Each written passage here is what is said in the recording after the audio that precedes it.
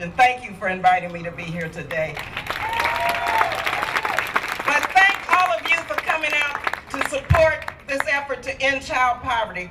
Now, it's a moral outrage that in the richest nation on earth, so many of our children are still living in poverty. It is wrong and it is un-American.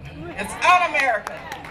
Nationwide, approximately 15 million children, that's 21% of children, are still living below the poverty line. That's 1 in 3 African American children and Latino children. Statewide, 36% of African American children, 30% of Latino children, 11% of Asian Pacific American children, and 10% of white children live below the poverty line. That is unacceptable.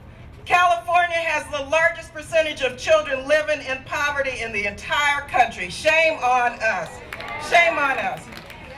As a member of the Appropriations Committee, I see these Donald Trump budget cuts every day. And let me just tell you, the cuts to these programs would surely push more children into poverty. Are we going to let him push more children into poverty? No. Under Leader Pelosi's steadfast leadership in Congress, we're going to continue to keep fighting in Washington to oppose these budget cuts and to pass legislation that would reduce child poverty nationwide in half. But you know what? Here in California, we will not wait, and that's why I'm so glad to be here with you today. As California goes, so goes the nation. So goes the nation. And that's why I'm so proud that Assemblywoman Autumn Burke, and I'm dating myself now, who I knew when she was born. I am so proud of Autumn. She's leading the fight, as you know, against child poverty here.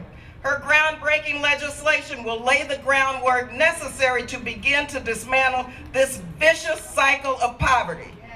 In closing, let us remember the words of our beloved South African President Nelson Mandela. He said, "There can be no keener revelation of a society's soul than the way it treats its children." So with your help, we can end poverty now. Thank you again.